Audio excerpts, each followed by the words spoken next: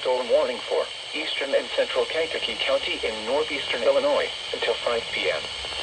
At 4:14 p.m., a severe thunderstorm was located over Kankakee, moving northeast at 60 miles per hour. Hazard, quarter-size hail. Source, radar indicated. Impact, damage to vehicles is expected. This severe thunderstorm will be near Manteno around 4:20 p.m. Moments around 4:25 p.m.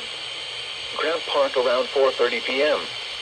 Other locations impacted by this severe thunderstorm include Sun River Terrace and Salmons Point, including the following Interstate 57 between mile markers 306 and 325. A tornado watch remains in effect until 10 p.m. for northeastern Illinois.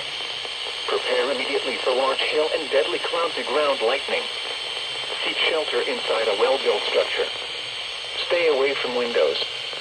A tornado watch remains in effect until 10 p.m. for northeastern Illinois.